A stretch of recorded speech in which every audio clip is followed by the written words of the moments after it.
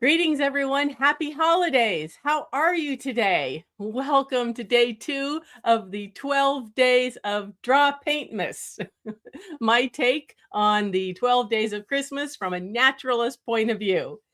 So, thanks so much for saying hello in the chat box. I'm not sure how to fix the chat box on YouTube or Facebook. So, wherever you're chatting from, thank you. And if you can't chat, I can feel your love. All righty, so let's get started. So, since I thought today was the second day of Christmas, we're doing 2 turtle doves. But actually, the 12 days of Christmas doesn't start until Christmas. Regardless, the 2 turtle doves are my favorite animal from the song and the most interesting one. So that's the one we're going to cover today. So thanks so much for joining me in the chat box. Hello, Nanette and Karen and Miriam and Sandra and Vicky and Nancy and Jay. Thanks so much for joining us. All righty. Tell me in the chat box if you've seen turtle doves before. So in case we haven't met before, hi, I'm Christine Elder, and I'm a naturalist, environmental educator, and visual artist from Central Oregon, and also a professional biological illustrator. And I love drawing birds, and I love to travel to see birds and sketch them in the wild. So today's a really fun event for me. And so we are going to keep going here. So our subjects, yesterday I didn't tell you what our subjects were going to be for the week, but I've got it all figured out for the next 12 days. And we're actually doing another bird tomorrow. Let me try to get this bigger. There we go. Oh, what? I can never figure this out. There we go. Okay. So, and you can find all of these on my live streams tab of my YouTube channel. So we did poinsettias yesterday. Today's 2 turtle doves. We're doing snowy owls tomorrow, and then holly, the northern lights, snowflakes, pine cones, Arctic hares, the solstice sky, and Christmas cactus, Christmas trees, and reindeer. And many of these subjects were suggested by my students. So I'm so excited to have many students. Many of you guys are here chatting, so thank you so much. And my students are the ones in my program. They're basically members, not so much students, but they're in my program called the Nature Notebook Club. And I'm actually doing a special offer. If you finish and submit all 12 days of this free series I'm doing here on YouTube and Facebook to me, I'll give you a discount on the club, $22 instead of $29 a month. And you'll also get my bird coloring book, which is one of the bonuses for founding members. And we only have a few slots left for my first 100 members, which are called the founding members. Okay, moving on. So again, we're celebrating the second day of Christmas today, the 2 turtle doves. So I'm sure everyone knows that song. On the second day of Christmas, my true love gave to me 2 turtle doves. And I can't sing. So anyway, what were the turtle doves? Does anyone know what species they were? So it's not quite clear. There's a whole group of doves called turtle doves, and there is actually a turtle dove is supposed to have a where'd it go? A dash between the turtle and the dove. And actually, they get a very bad rap. The doves and the pigeons, they're in a big global family called the Columbidae. And it's a really huge and diverse family. And a lot of people just think of pigeons like your city pigeon, and they poo-poo them. And they're often persecuted because they eat crops in agricultural areas. And of course, because they're all over cities. But I just wanted you to know, I wanted to take this opportunity to share with you that doves and pigeons are some of the most beautiful birds in the world. And so here's just a couple examples of really beautiful ones. So many of them are actually rare and endangered. So there's this rose-crowned fruit dove, and you see the dash there. Scarlet-breasted fruit dove. A lot of these guys live in the tropics, like in Asia. The Victoria crowned pigeon and the Nicobar pigeon. So these are super iridescent and beautiful birds in that family. So I just wanted you to really understand and appreciate this family. So the one we've chosen to do today as our second day of Christmas is the European turtle dove, because that's a really widespread dove. Um, and you see again, there's the dash between the turtle and the dove. So that just means it's in a different genus. So anyway, the European turtle dove I chose because Christmas has been celebrated in Europe longer than in the New World, and this bird does migrate between Africa, North Africa, where it overwinters, and then Europe and parts of Asia. So it probably was known in biblical times. So anyway, we're going back to the Christmas holiday, speaking of. So anyway, we're going to chat about the European turtle dove. And then, of course, we're going to draw it, because the more you know about something's anatomy, the more you can draw it correctly. Now, they call it turtle dove because turtle, that sound supposedly was the cooing sound. They make this really beautiful cooing sound like other doves and pigeons. So that's where the turtle name came from. And Miriam says you have mourning doves that come to your feeders all winter long. Yes, wonderful. Good. Okay, great. Yeah, and Jay says it's the 12 days of DrawPaintMas days of Christmas. Yes. And hello, Edith from Placerville. Wonderful. That's near my hometown of Nevada City, California. And Nancy, you have a question about reference photos. So there are reference photos that are exclusive to my paid members in the Nature Notebook Club. And I actually just uploaded those to our community page this morning. So I can't do everything for free. So that's 10 pages of those reference photos. And anyway, you can always come back to this replay if you aren't in the club. Okay, so anyway, the European turtle dove used to be very common all over, but just like the passenger pigeon, it is, the passenger pigeon, of course, is extinct, but it was persecuted for many of the same reasons, in that it was quite numerous and it would go to people's crops. And many of the doves and pigeons are pretty large as well, and so they've been hunted for food. And also changes in farming practices have really reduced their numbers. And so here's another picture. So yeah, here's a graphic. Just 2 turtle doves. Well, we hope we don't have just 2 turtle doves, like eventually there were only 2 passenger pigeons, because turtle dove numbers have plummeted by almost 99% since the 1960s. And so again, that's from habitat loss and persecution and changes in agricultural practices that don't leave as much grain on the ground for them to eat. Let me check the comments here. Hi, Renate. Yes, from New Brunswick. Wonderful.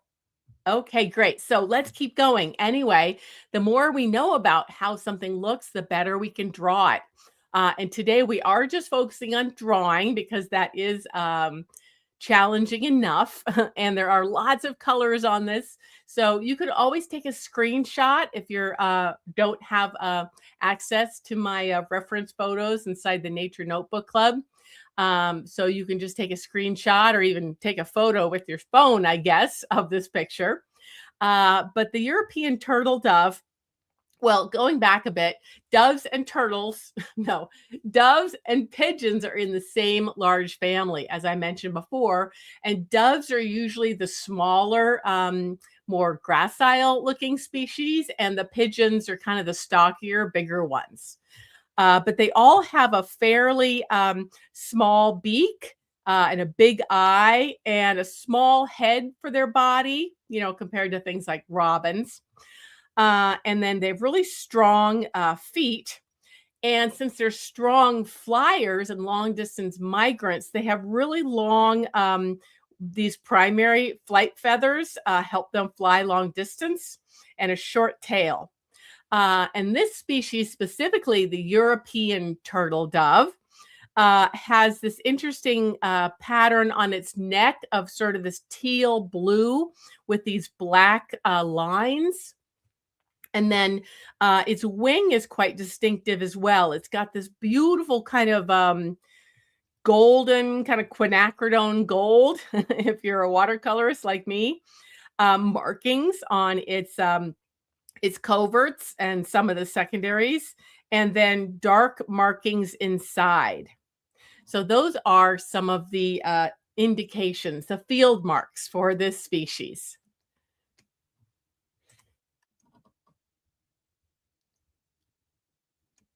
Okay, so anyway, we're going to move on to drawing. Tell me in the chat box who's ready to draw. Again, we're going to focus on drawing, and I did kind of watercolor one of mine later on, but again, that's something extra you can do on your own. Nancy, I'm not sharing the reference to the, I'm not sharing a link to the reference photos. Those are exclusively in the Nature Notebook Club for paid members of that club. And so you can go to there, you can go there and get that. And I posted that early this morning. So you'll see it during the demonstration. Don't worry. While we're going here live. Yes, Nancy says, gotcha. Wonderful. Yes. So just some quick notes about drawing. This is a little bit more complicated than yesterday's poinsettia. So, and we're going to have 2 chances to draw it because we're drawing one left and right. So you will just want to think about first blocking in your basic proportions. And like I said, kind of the head is very small and it's on a short neck. It looks a little bit different than things like robins. This is actually a European robin, which would live near the European turtle dove, actually. But blocking in, thinking of relative proportions, thinking about structures that are aligned to each other, thinking about negative shapes, angles, and flow lines. And also in general, when I'm drawing, including in this demonstration, I like to pretend that I'm drawing in the field because that's usually what I'm teaching people to do. And that's just the most fun to teach people. So that they draw real things in the field. So maybe after we do this demonstration, you can go to a city park, and if you have pigeons there, you can say hello to them, and maybe you'll respect them a little bit more and understand the amazing family they belong to. So anyway, where was I? Yeah, so those are my 6 steps, I call them, to sketching success. And so we're going to draw.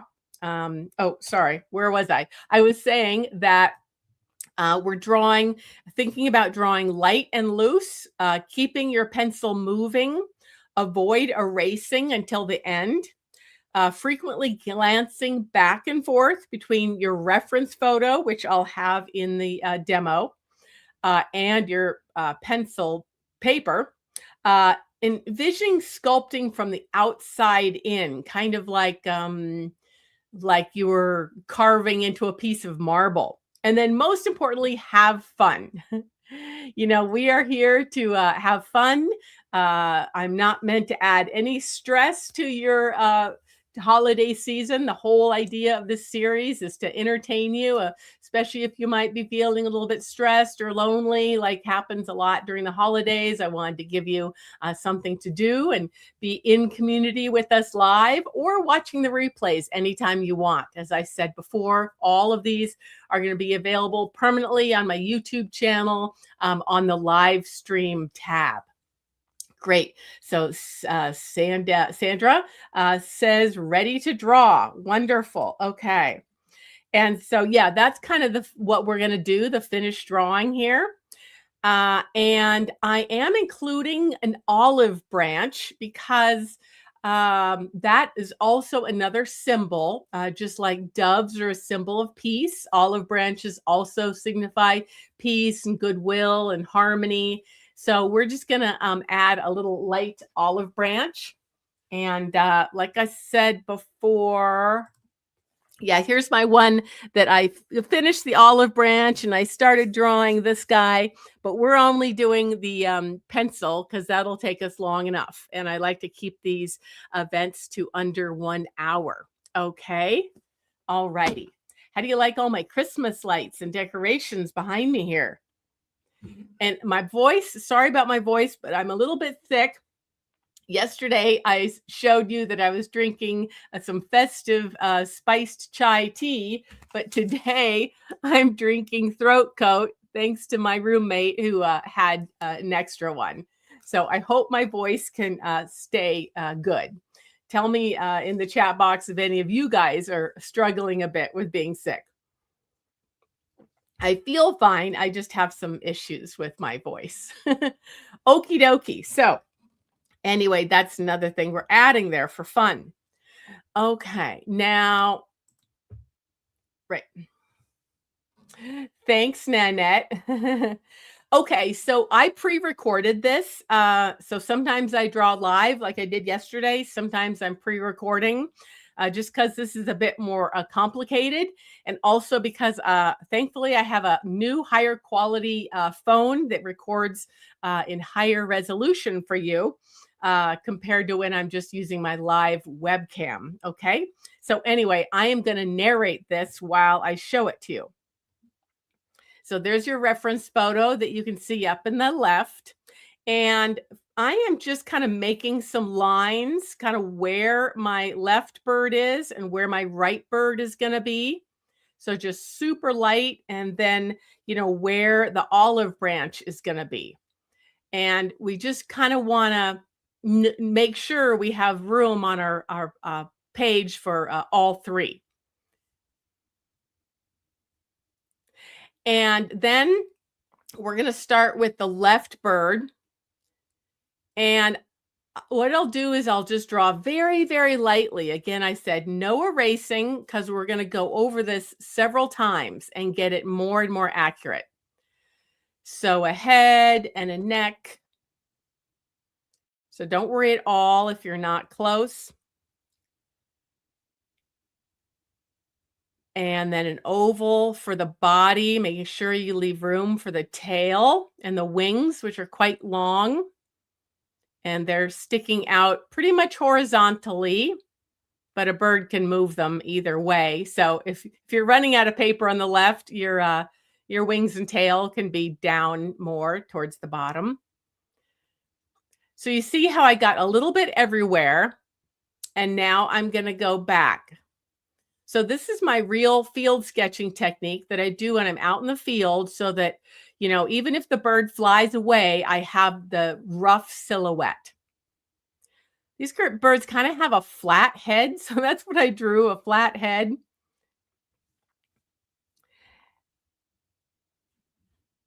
And again, we're still staying fairly symbolic here. Just a little triangle for the bill and a circle for the eye. And the farther along we get, the more we can get it realistic. And the arch of the neck.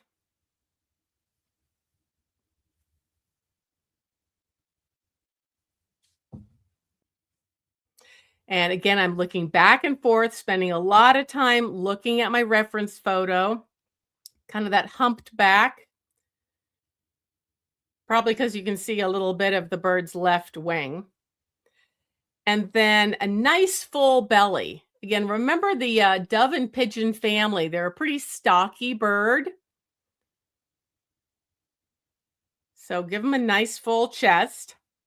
But even if he's skinnier or fatter than this, it doesn't matter because birds can change shape a lot depending on the weather. So if it's cold outside, they'll fluff up their feathers. And if it's hot outside, they'll make them closer and make them look skinnier. Now I'm just doing an oval for the whole block of the wing. And then the primary tail wing feathers go out and overlap. They're kind of sitting on top of the tail. There's a lot of detail that somebody could do on the wings, and I have an entire comprehensive course on drawing birds, and you would understand all of that anatomy, but we're not worrying ourselves with that. So we're just kind of making this that shape, and then the tail. And they have a fairly short tail, so thankfully, because I've run out of paper. Okay, so again, you see I'm not erasing. I'm going very lightly, constantly looking back and forth to my reference photo. Now I'm trying to decide where the feet are gonna go. And they're pretty far back. And these guys have pretty stout, strong feet because they do spend a lot of their time on the ground. They're not like, well, like the opposite would be hummingbirds who hardly ever land, or swifts who never land. But these guys have quite strong, stout feet, and they're actually pink. And I'm just simplifying those, just showing a very much of a side view with just one of the front toes and back toes visible. And then the bird's left foot is going to be a bit smaller and behind the bird's right foot.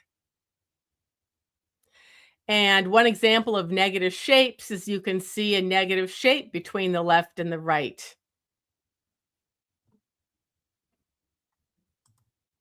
So I'm going to freeze that for just a moment. How we doing? Any questions so far?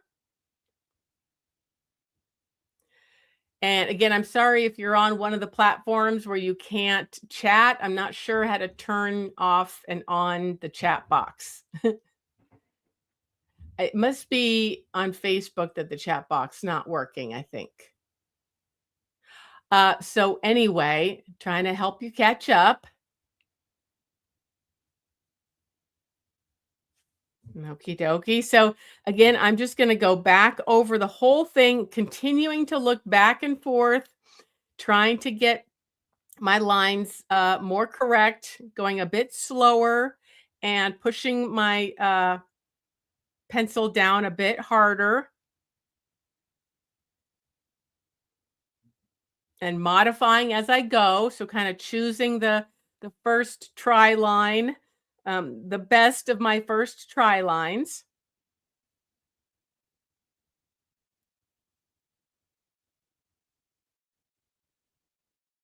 And then going back to the neck, and there is quite an angle there. I didn't get that as well as I should have, but again, they can fluff out their breast feathers or hold them closer. And the feathers are longer on their back here, so I'm just doing that a little bit loosely.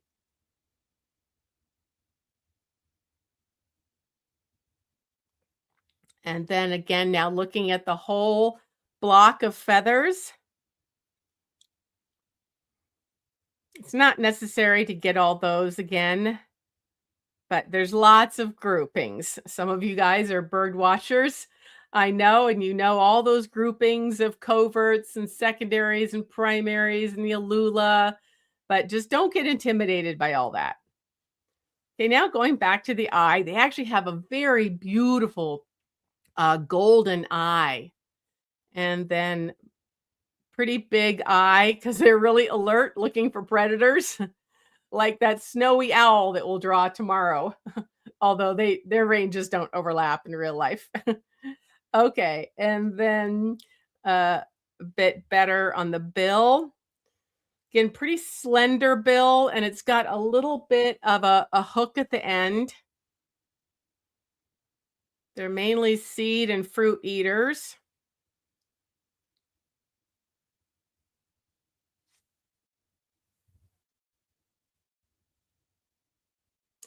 And just pausing, again, looking back and forth. I forgot to add a little bit of my thigh there, the feathered thigh, and then the leg. and making sure I'm making that leg thick enough. And probably that closer right leg could be a little larger and thicker than the back one. And you can just show a little bit of a nail there. They use those nails a lot to claw in the ground to get their food, just like a chicken does.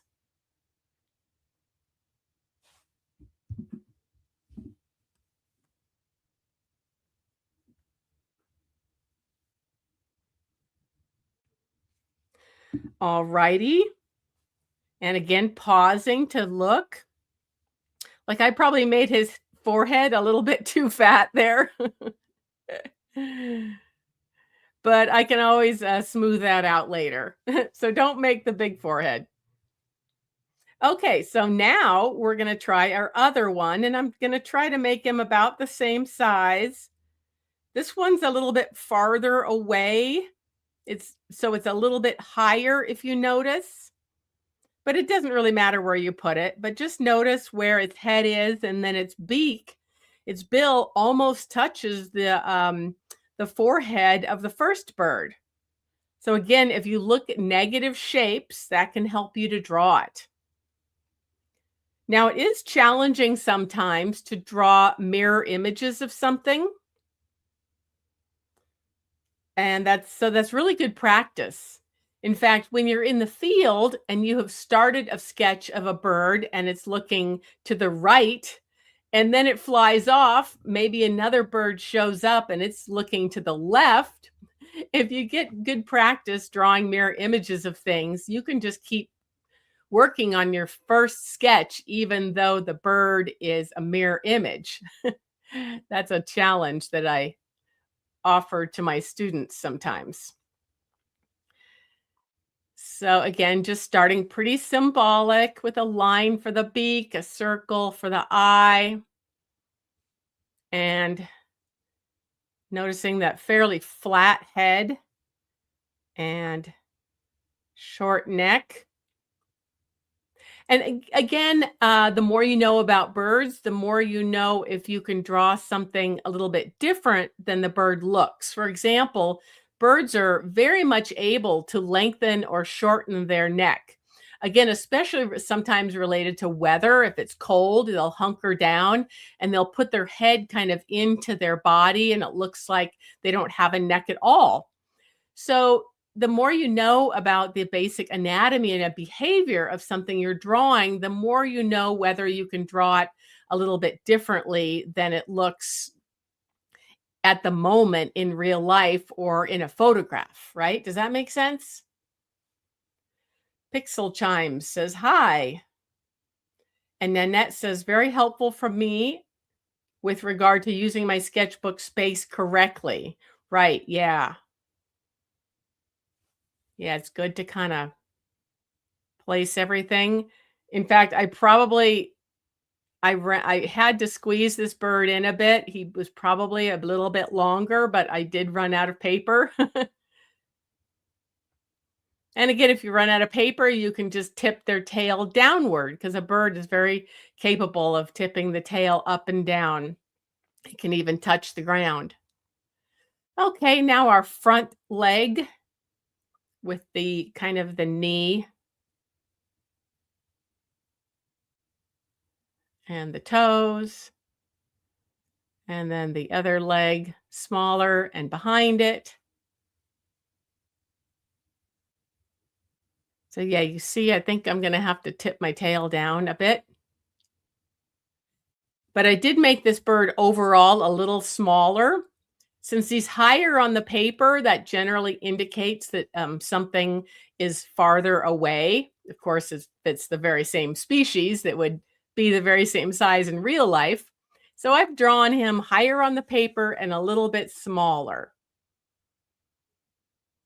Although the two photographs make the one that we're drawing now the same size. So technically it would be a little bit smaller. Okay, anyway, now that big oval. You'll probably find that it's easier for you to draw one of these birds compared to the other. Uh, especially if you're left or right-handed. But also, since this is our second bird, our second chance drawing the same bird, you might be better. See, I've run out of paper, but that's okay. I think the proportions are fairly close.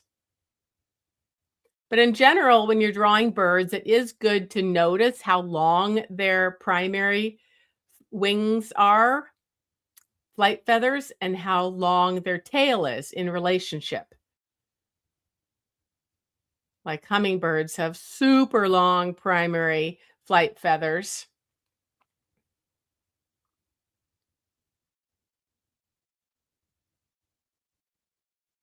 Okay.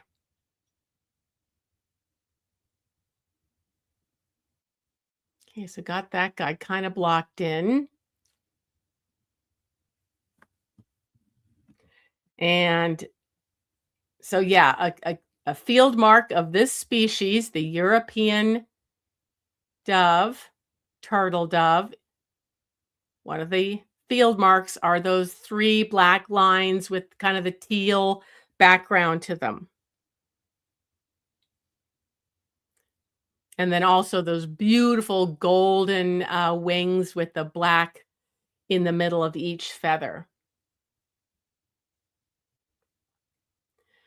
Okay, so we're just going to leave those birds as they are. And we're going to do just a really loose, fun olive branch. I'm not making mine exactly like the one in the photo, but I'm just going to do the main branch and then show each leaf stem.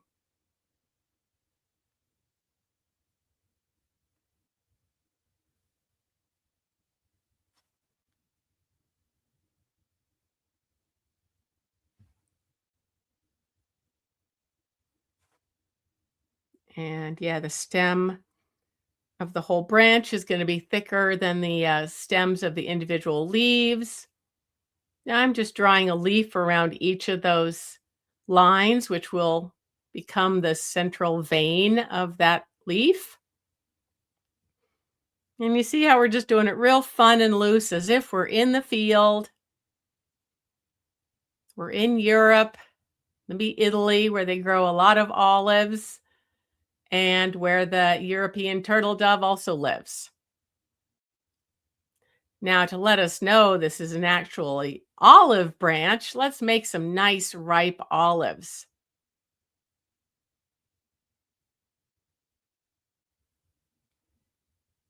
And the olive colors will change, will be different depending on the species and the variety. I think I'm going to paint mine a purplish black, like the ones in the picture, sort of like the olives you eat compared to the olives they make olive oil out of. Now just kind of darkening everything. You see, we're just having fun. We're not trying to make a perfect botanical illustration, which would take hours and hours. And you see, I haven't done one erasing mark yet.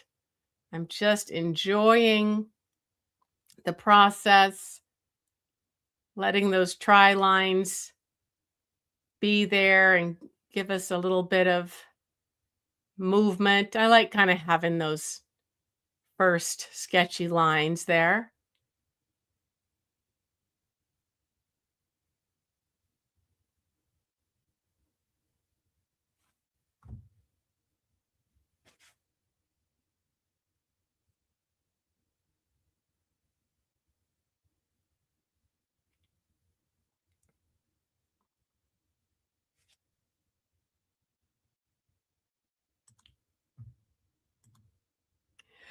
Okay, how we doing?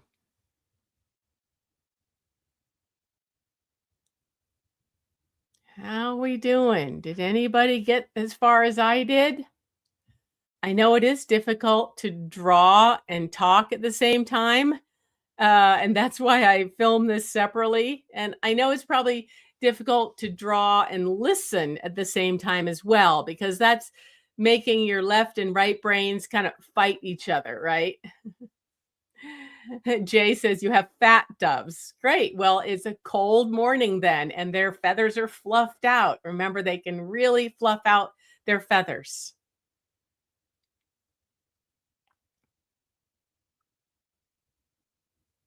And Jay says you're also on the mend from a cold. I hope you're getting better.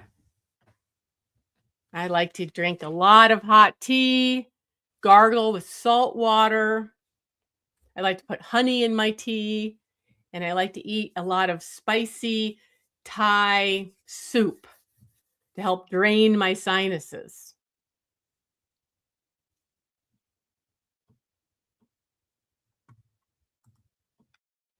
Let's see, where was I? There's the big picture. Again, if you wanted to look at that. So tell me how we doing. Sandra says great. Does that mean your sketches are great? Are you happy with them? So again, noticing those interesting field marks. And of course, if you need to get more reference photos for this, you just type it into Google or YouTube. There's lots of wonderful videos and photos. It's fun to see videos of these guys. They have very interesting cooing sounds and different mating rituals. Yeah, Nancy, I love faux, whatever it's called. I love it. Cindy says I go to the basic shapes pretty well. You got the basic shapes. Great. Yeah. But again, just noticing those field marks for this species, the European turtle dove, of those black lines on top of sort of the teal blue. And then this beautiful, beautiful golden color on each leaf, not leaf, on each feather with the dark inside. And so again, I continued on to painting a little bit of mine, and I kept it pretty loose. So I wasn't trying to do every single one of those. I was just trying to get the idea. So that's close enough. Yeah.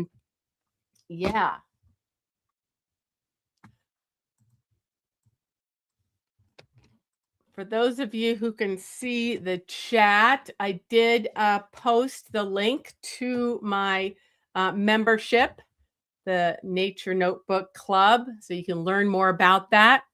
Again, I am offering a discount if you participate in all 12 days and you finish them by December 31st, which gives you a whole week to finish them and go back and look at the replays. If you send those to me, just pictures, digital JPEGs, then I'll give you the discount on my Nature Notebook Club membership. And many of you guys watching today are in my membership. So, it's a wonderful community where people share their observations of the natural world and their journal pages and sketches. There's monthly live meetups. So it's so fun to have all my members get to know each other, whether they're in Washington or California or Florida, or New Hampshire or Canada. We even have a member in Tasmania and in the UK. So it's a really great group. It's a really great price.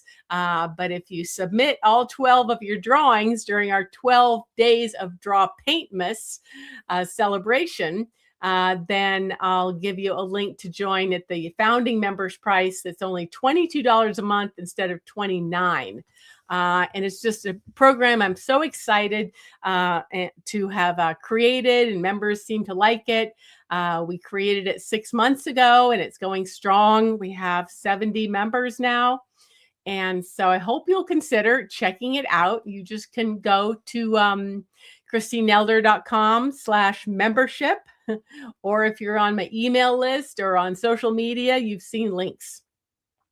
Sandra said, you love it. Yes, wonderful. I'm so excited. And remember, if you're a bird watcher, one of the bonuses is my book, the Migratory Birds Coloring Book. This is a book that I illustrated and that has the coloring pages on it as well. So that's one of the many bonuses, besides being able to have a 45-minute one-on-one coaching call with me, getting access to my library of nature sketching and painting and journaling tips. I try to keep everything really quick and accessible. I give weekly tips, and we have monthly workshops, as well as bonus events when we're doing something special. And so Karen says you love it too. Thank you so much. You can also give the Nature Notebook Club as a gift. So if you have a friend or family member or somebody that works maybe in environmental education, it's a wonderful to teach educators how to incorporate sketching and journaling into their activities. And so when you go to the checkout page for buying the Nature Notebook Club, there's a checkbox where you say this is a gift, and you can enter that person's information. So you can give the gift of discovery of nature for your loved ones. And then you can also print these out once you're a member and give them to the kids, or just send them the PDF. So that's another benefit is this is one of my books I illustrated. I've illustrated a lot of books, but this is one of the fun books I've illustrated that you can use. And you can just send the PDF to long distance relatives, whether they're kids or not, for last minute Christmas presents. So any questions? I know that I seem to not be able to have people who are watching on Facebook comment, but if you are on Facebook, just go to my YouTube channel. All of these live streams will be there on the live stream tab, and join from there in the future. And let's see, I just want to remind you what we're doing again. Where are we? Oh, there we are. So tomorrow, I'm so excited that one of our members suggested, I cannot get rid of my face. Oh, there we go. One of our members suggested snowy owls. And so I'm going to do a snowy owl demonstration in a dark, snowy forest. And I think that's going to be watercolors. So have those ready. And then, of course, it wouldn't be Christmas without holly. So we'll do a holly painting exercise. On the 17th, we'll do the beautiful Aurora Borealis or Northern Lights, which many folks have been able to see this year in many states. So you might be more excited about that than normal. And then we're going to do snowflakes. And that's a fun exercise for me as well, because I don't know much about the anatomy of snowflakes. And one of the most fun things about teaching is it gives me an excuse to learn about these kinds of things. So I've only seen the Northern Lights once. We actually had them here visible in Oregon a couple winters ago. But every subject I sketch and paint and learn about, I share everything I learned with you guys. So then we're going to do a pine cones in the snow. We might even hang a little decorative bell from them so we could practice a shiny bell. We're going to do an Arctic hare or a snowshoe hare if you want. They're very similar. The Arctic hare lives near where Renate lives in Canada. Some of them get that far south into Newfoundland. But we have this snowshoe hare in the northern US and in Alaska, but they're very similar looking. Then we're going to do a solstice sky. That is the winter solstice on the 21st. And I've got an idea to do some constellations that are most prevalent and visible in winter. My little pet is calling me. Then Christmas cactus, which have really nothing to do with Christmas compared to the two turtle doves, but they are green and red, and they do bloom in the wintertime. And then we'll do some Christmas trees. That's another one that was recommended by my members in the Nature Notebook Club. We'll do some silhouettes comparing a few of the different species because Christmas trees come in lots of different species. Tell me in the chat box if you know what kind of species you have if you're getting a Christmas tree. So there's several kinds of pines that are used for Christmas trees, spruces, firs, and Douglas firs. And then, of course, we're going to do reindeer, like this reindeer. Every year, I do a different reindeer, and so we're going to do a reindeer because that is Christmas Eve. Just a minute. Let me see if my friend wants to say hi. Come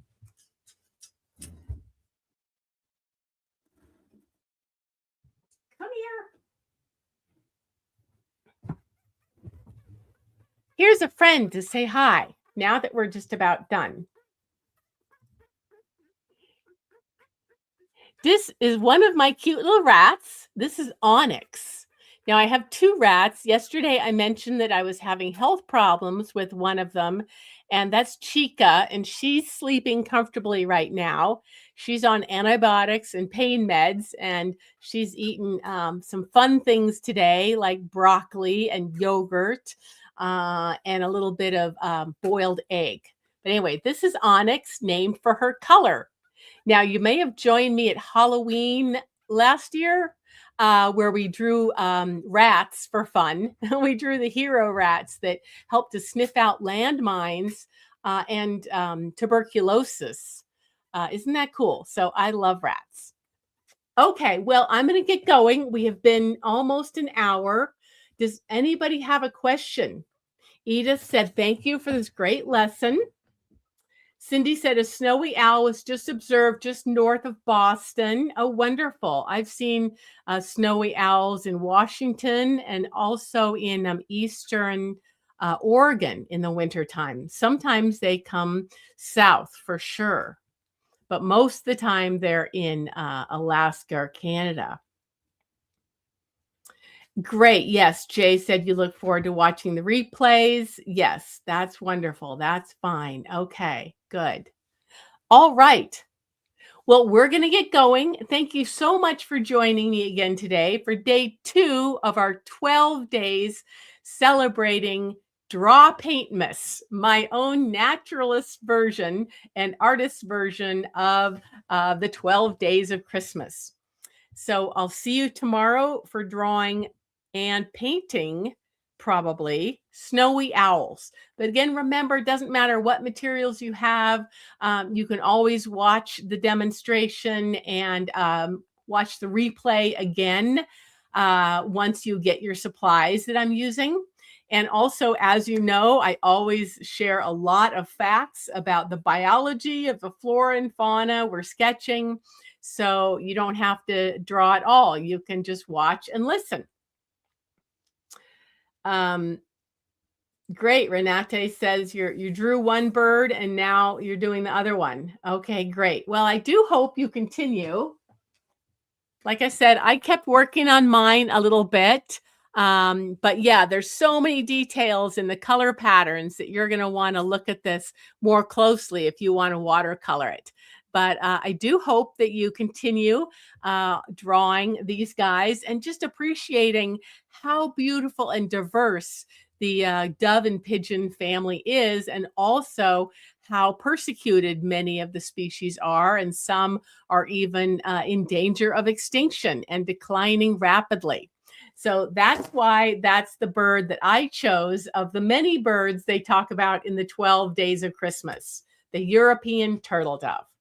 Well, I hope you had fun today. I'm going to get going. Really hope to see you tomorrow. And I hope you'll check out my Nature Notebook Club and all the special things we have going on in there, including next month in January. We're doing a month of journaling in honor of Jane Goodall. So that's a fun new surprise we'll have in January. Okay, I'm going to get going. Thank you so much. Bye-bye.